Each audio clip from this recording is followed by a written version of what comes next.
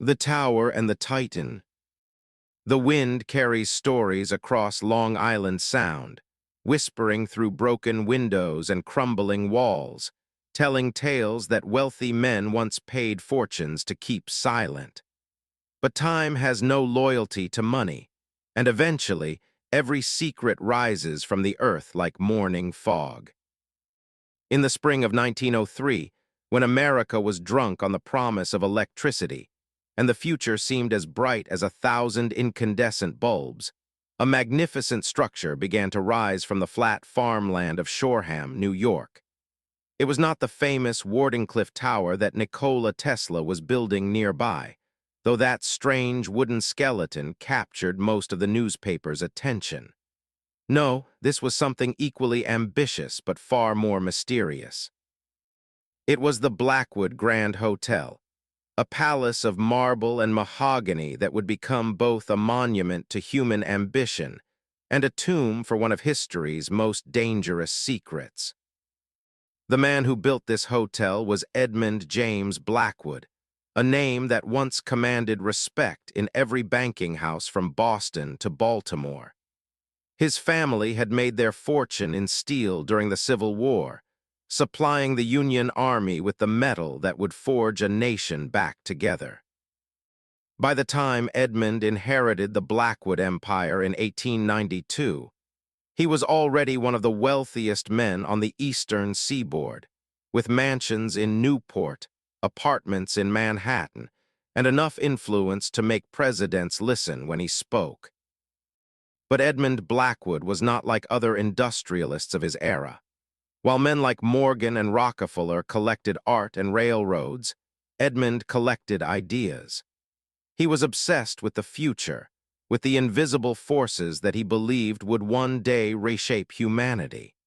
And it was this obsession that led him, on a cold December evening in 1898, to attend a private demonstration in a cramped laboratory on Houston Street in Manhattan. The man giving that demonstration was Nikola Tesla. What Edmund witnessed that night would change everything. Tesla, with his tall, thin frame and piercing eyes, showed the steel magnate something that defied explanation. He transmitted electrical power through the air without wires, lighting bulbs from across the room as if by magic. He spoke of a world where energy would be free, where messages could travel instantly around the globe, where the very fabric of reality could be bent by those who understood its secrets. Edmund Blackwood walked out of that laboratory a changed man.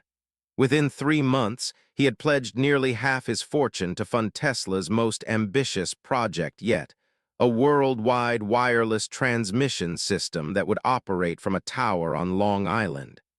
But Edmund's support came with conditions. He wanted to be close to the work.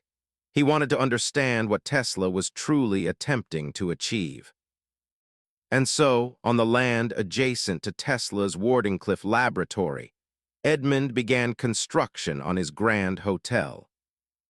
The Blackwood Grand was designed to be unlike anything America had seen.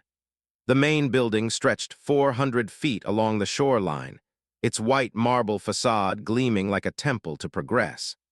There were 247 guest rooms, each decorated with handcrafted furniture from Italy and silk wallpaper from France. The grand ballroom could hold 800 guests beneath crystal chandeliers that sparkled like captured stars.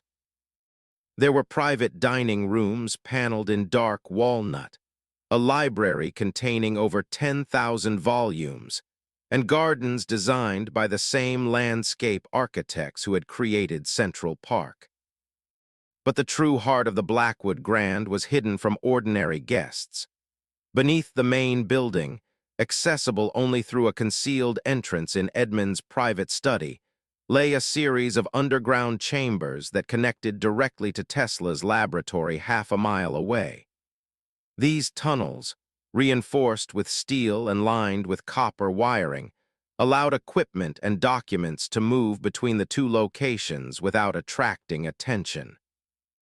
They also allowed Edmund Blackwood to witness experiments that the world would never know occurred. The hotel opened in June of 1904 and immediately became the most exclusive destination on Long Island. Wealthy families from New York and Boston competed for reservations. Industrialists and politicians gathered in the smoking rooms to discuss matters of money and power. And all the while, beneath their feet, in chambers that appeared on no blueprint, Nikola Tesla was pushing the boundaries of science into territories that some would later call forbidden. Edmund's wife, Catherine, was the perfect hostess for this palace of secrets. She came from old Boston money, the Davenport family, who could trace their lineage back to the Mayflower. Catherine had the bearing of a queen and the social instincts of a diplomat.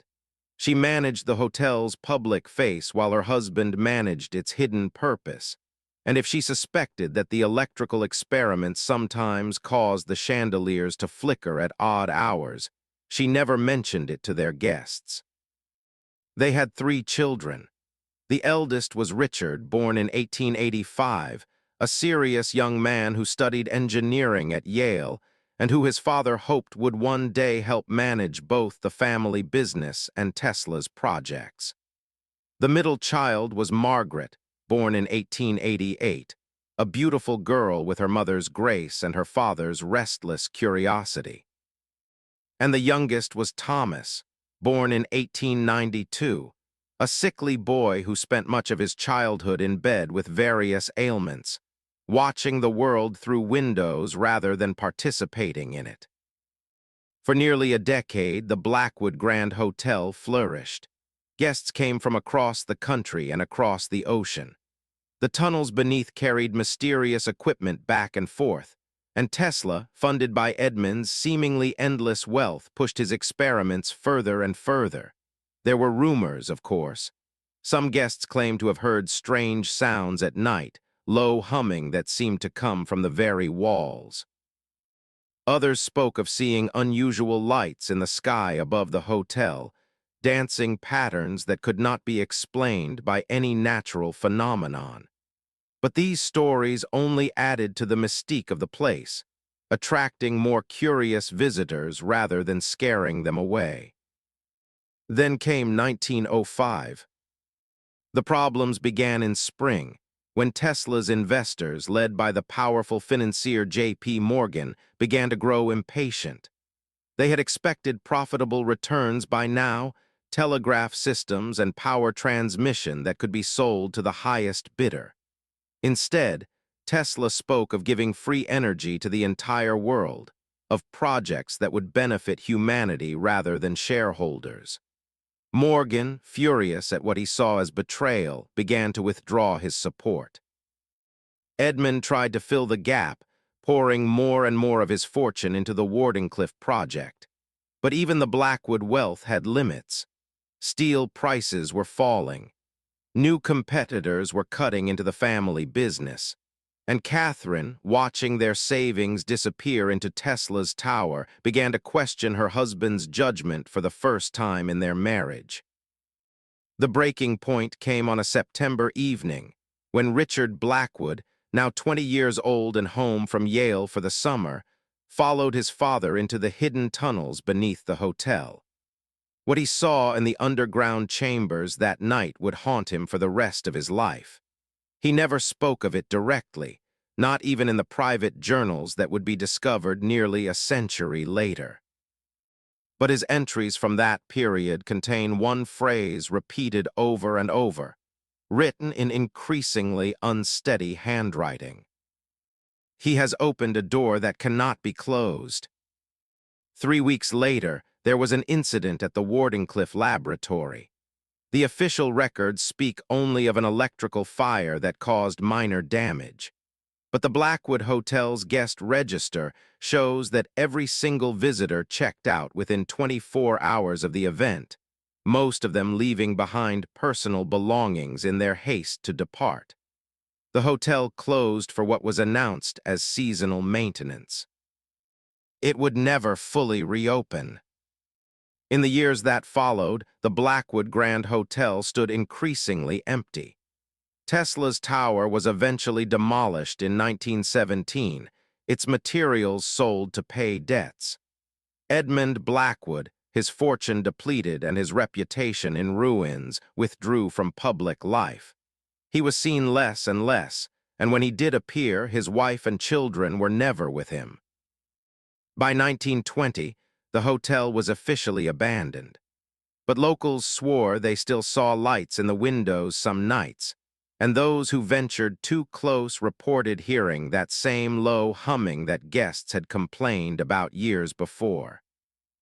Whatever Tesla had hidden beneath the Blackwood Grand Hotel, whatever door Richard Blackwood had seen opened in those underground chambers, it remained there in the darkness, waiting.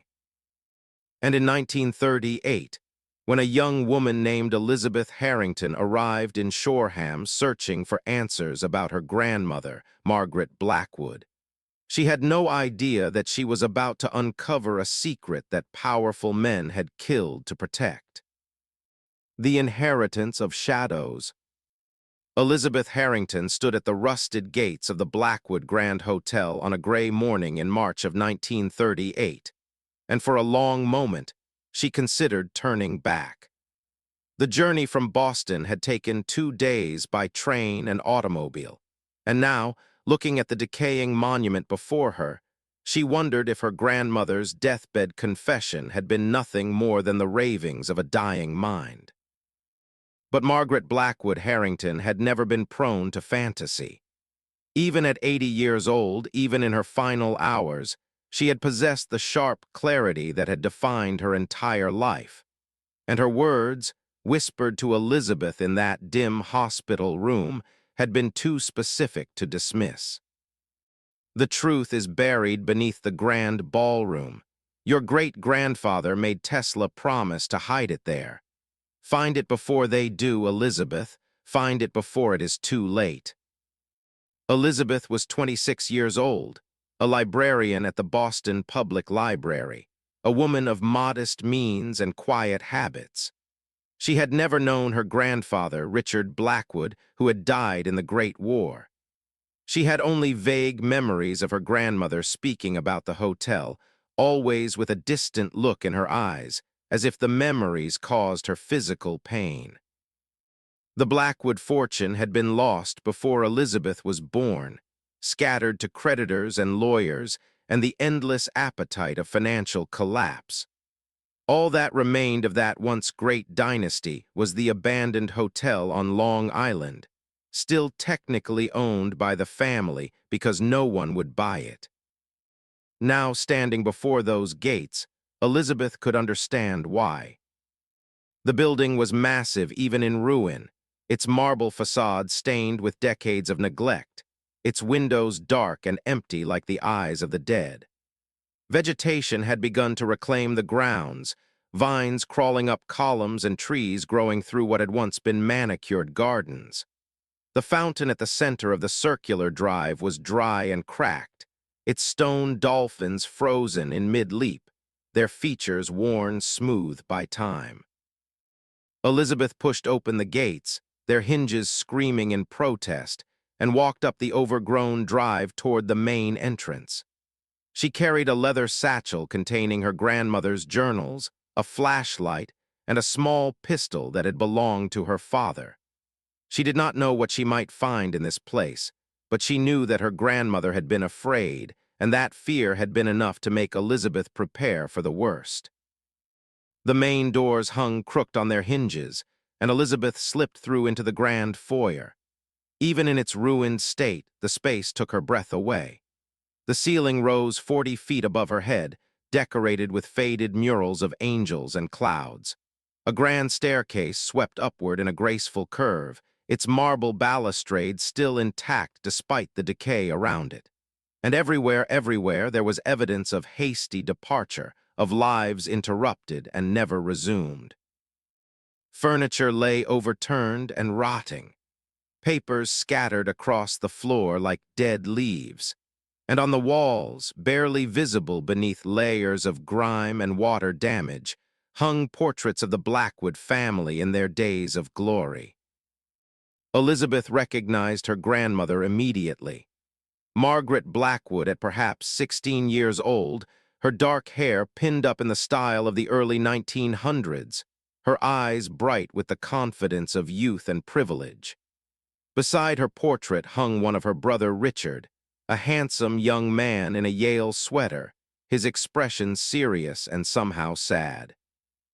And above them both, dominating the foyer, was a massive painting of Edmund Blackwood himself, the patriarch, the dreamer, the man who had gambled everything on a genius named Tesla. Elizabeth studied her great-grandfather's face for a long moment. She had seen photographs, of course, but this painting captured something that photographs could not. There was ambition in those eyes, yes, and intelligence. But there was also something else, something that looked almost like fear. She spent the next several hours exploring the main floor of the hotel, consulting her grandmother's journals for references to the layout, and searching for any entrance to the chambers that Margaret had described. The ballroom was easy to find, a cavernous space with tall windows that let in the gray afternoon light. Crystal chandeliers still hung from the ceiling, though many of their pendants had fallen and lay scattered across the warped wooden floor. A grand piano stood in one corner, its keys yellow with age, its strings silent. Elizabeth walked slowly across the ballroom, testing each floorboard, looking for any sign of hidden doors or passages. Her grandmother's journals spoke of an entrance in Edmund's private study, but the study had apparently been on the second floor, and Elizabeth was not certain the stairs were safe to climb. She was about to give up for the day when she noticed something strange. In the far corner of the ballroom, near a service door that led to what had once been the kitchens, the dust pattern on the floor was different. Everywhere else, the dust lay thick and undisturbed, accumulated over decades of abandonment. But in this corner there were faint marks, as if someone had walked here recently. Elizabeth knelt down, her heart beating faster. She brushed away the surface dust and found, beneath it, the outline of a trapdoor set into the floor. The wood was darker here, different from the oak parquet of the rest of the ballroom. And on the edge of the trapdoor, almost invisible unless you knew to look, was a small brass plate engraved with a lightning bolt. Tesla's symbol. Elizabeth pulled at the trapdoor, but it was locked, held in place by some mechanism she could not see. She sat back on her heels, frustrated, and pulled out her grandmother's journals again. There had to be a key somewhere, a way to open this door that Margaret would have known. She found it in an entry dated July 1906, written in her grandmother's careful handwriting. Father showed me the secret today. The lock responds to a pattern, 3 knocks, then 2, then 3 again. The sound resonates with the copper in the walls, he said. A gift from Mr. Tesla. Elizabeth rose and knocked on the trapdoor in the pattern described. For a moment, nothing happened.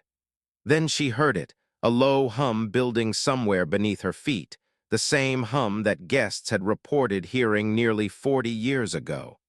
The trapdoor clicked and swung open on silent hinges, revealing a narrow stairway descending into darkness. Elizabeth switched on her flashlight and began to descend. The stairway went down farther than she had expected, perhaps 50 feet below the surface.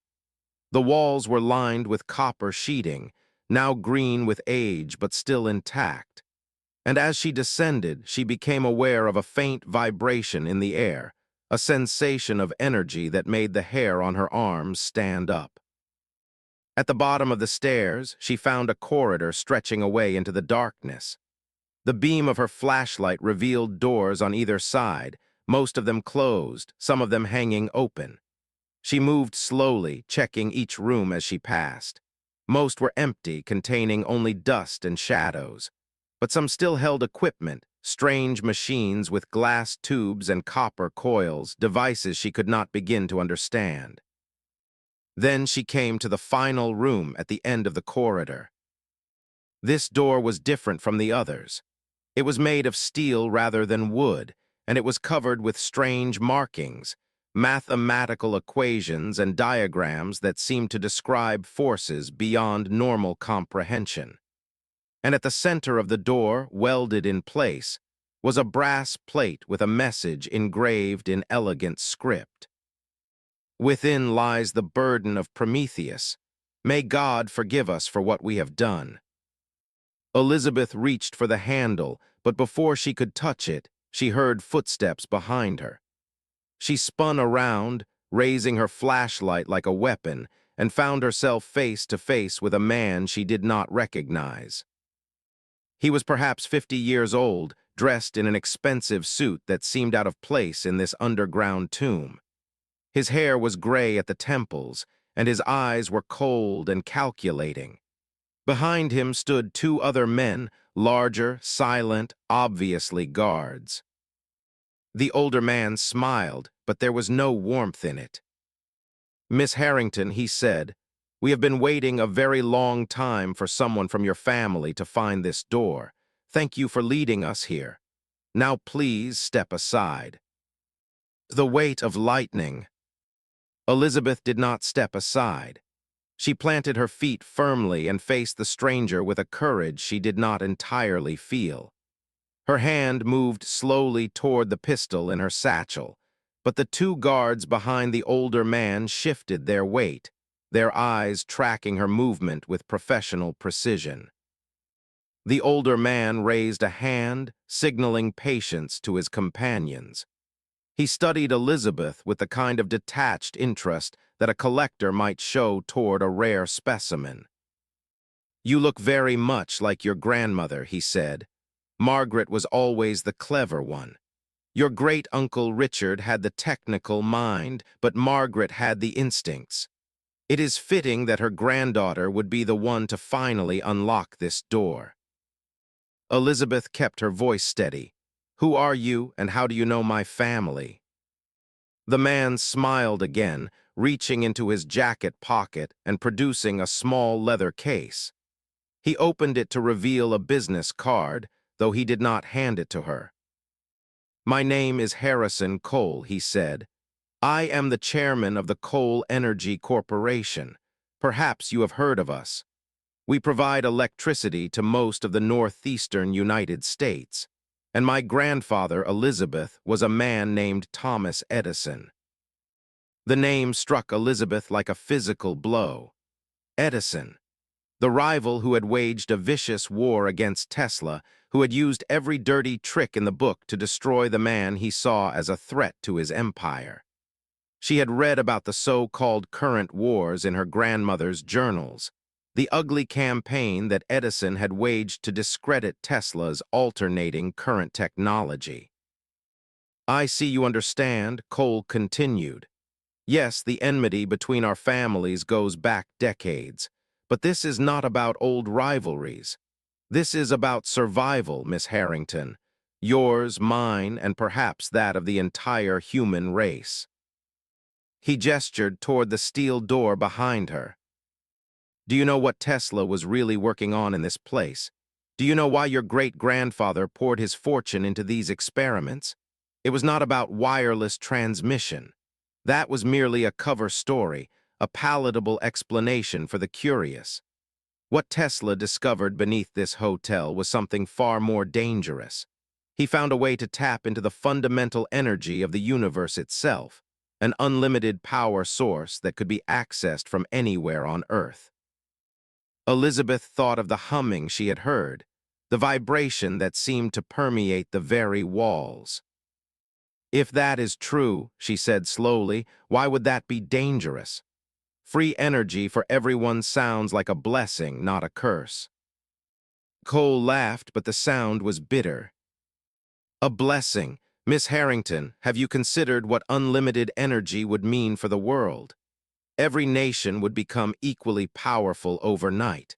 Every dictator, every revolutionary, every madman with a cause would have access to power beyond imagination. There would be no balance, no control. The world would tear itself apart within a generation." He stepped closer, lowering his voice. Your great-grandfather understood this. So did Tesla, eventually. That is why they buried it. That is why Edmund Blackwood spent the last 15 years of his life guarding this place, making sure no one could access what lay behind that door. And it is why my grandfather, for all his hatred of Tesla, agreed to help keep the secret. Elizabeth processed this information, turning it over in her mind. Something did not add up. If the secret was meant to stay buried, she said, then why are you here? Why did you follow me? Cole's expression darkened. Because the world has changed, Miss Harrington. There is a madman in Europe who is building war machines unlike anything we have ever seen. His name is Adolf Hitler, and his scientists are searching for exactly this kind of power. We have intelligence that suggests they know about Tesla's discovery. They have been looking for this location for years. We cannot allow them to find it first. He reached into his pocket again and produced a small device, rectangular, made of metal and glass. What I am proposing, he said, is that we open this door together. We retrieve whatever Tesla left behind, and we secure it in a location where it can never be misused. Then we destroy this place completely, collapse the tunnels, bury it so deep that no one will ever find it again. Elizabeth looked at the device in his hand. What is that? A trigger, Cole admitted, connected to explosives that my men placed throughout these tunnels before you arrived. We hoped you would cooperate, but if you will not, well, we are prepared to seal this tomb with all of us inside. Some secrets are worth dying to protect. For a long moment, the two of them stood in silence, the weight of generations pressing down upon them. Elizabeth thought of her grandmother's final words, the fear in her eyes, the desperate urgency of her confession. Find it before they do. But who was they? Had Margaret meant the Nazis? Had she meant the Coles, or had she meant something else entirely, something even more dangerous than either? Elizabeth made her decision. I will open the door, she said, but we do it together, and I keep whatever we find until I am satisfied that it will be properly protected. Cole nodded slowly. That is acceptable. Elizabeth turned back to the steel door. She studied the equations and diagrams, looking for any pattern that might indicate a locking mechanism. Then she saw it, a small panel near the bottom of the door, almost hidden in shadow. She knelt down and found another brass plate, this one with a series of buttons marked with mathematical symbols. She pulled out her grandmother's journals one more time, flipping through pages until she found what she was looking for. An entry from 1912, written shortly before Margaret had left the hotel for good. The door requires the fundamental constant, the number that describes the relationship between the circumference of a circle and its diameter. Father said Tesla called it the key to the universe. Elizabeth pressed the buttons corresponding to the first 8 digits of pi, 31415,926. The door hummed, vibrated, and slowly began to swing open. The room beyond was smaller than Elizabeth had expected, perhaps 20 feet square. The walls were covered with the same copper sheeting as the corridor, but here they were inscribed with thousands of equations, diagrams, and notes in handwriting she recognized from published images of Tesla's documents. In the center of the room stood a device. It was roughly the size of an automobile engine, mounted on a steel frame. Copper coils wound around a central core of some dark metal that seemed to absorb light rather than reflect it. Glass tubes emerged from the top, filled with a faintly glowing gas that pulsed with a rhythm like a heartbeat. And beside the device, preserved in a glass case, lay a leather-bound journal and a single envelope addressed in Tesla's distinctive handwriting. To whoever finds this, May you be wiser than we were." Elizabeth stepped forward and opened the case. She picked up the journal and began to read, while Cole and his men watched in tense silence. The journal told a story that was both terrifying and heartbreaking. Tesla had indeed discovered a way to tap into unlimited energy, a resonance frequency that connected to the very fabric of space and time. But in testing the device, he had discovered something else. The energy was not coming from nowhere. It was being drawn from somewhere, some other place or dimension that the equations could not fully describe. And something in that other place had noticed. The incident in 1905, the one that had caused guests to flee and had begun the hotel's decline, had not been an electrical fire. It had been something coming through. Something that had taken 3 men to force back, that had left Richard Blackwood with nightmares for the rest of his short life, that had convinced Tesla to seal the device and never activate it again. Elizabeth closed the journal with trembling hands. "Now you understand," Cole said quietly. "My grandfather learned the truth from your great-grandfather before Edmund died. They both agreed that this technology was too dangerous to use, too dangerous even to exist. But destroying it was equally risky. They could not know what destroying the device might do, what connection it might sever, what attention it might attract. So they buried it," Elizabeth whispered, "and waited. And prayed that whatever was on the other side would forget about us." Elizabeth looked at the device, still humming faintly, its glass tube still pulsing with that strange light. She thought about the world above, about the war that was coming, about the madmen who would use any power to achieve their ends. And she thought about her grandmother, about the fear that had followed Margaret Blackwood Harrington her entire life, about the burden of knowing that beneath a ruined hotel on Long Island lay a door that should never be opened again. She picked up the envelope and opened it. Inside was a single sheet of paper with a short message. "The device cannot be destroyed, but it can be silenced. The frequency that awakened it can be reversed. I have included the calculations. Use them only if there is no other choice, and understand that doing so will collapse the tunnels and bury everything here forever. The energy required will be tremendous. The one who activates the reversal may not survive. Forgive me for leaving this burden to those who come after. I could not bear to make the choice myself. Nikolai." Elizabeth looked at Cole. She looked at the device. She looked at the calculations in her hand. And she made her choice. The explosion that destroyed the tunnels beneath the Blackwood Grand Hotel was attributed to a gas leak in the old pipes. Harrison Cole's body was never found, nor were those of his guards. The hotel itself, weakened by the blast, collapsed into its own foundations, leaving nothing but a crater filled with rubble and twisted steel. Elizabeth Harrington emerged from a hidden exit half a mile away, an exit that Tesla had built for exactly this purpose. She carried with her only the journal and the realization that some secrets must remain buried, no matter the cost. She returned to Boston and lived a quiet life as a librarian for another 50 years. She never married, never had children, never spoke of what had happened beneath the Blackwood Grand Hotel. But every night before she slept, she listened for a humming sound that never came. And every morning, she gave thanks that the door remained closed.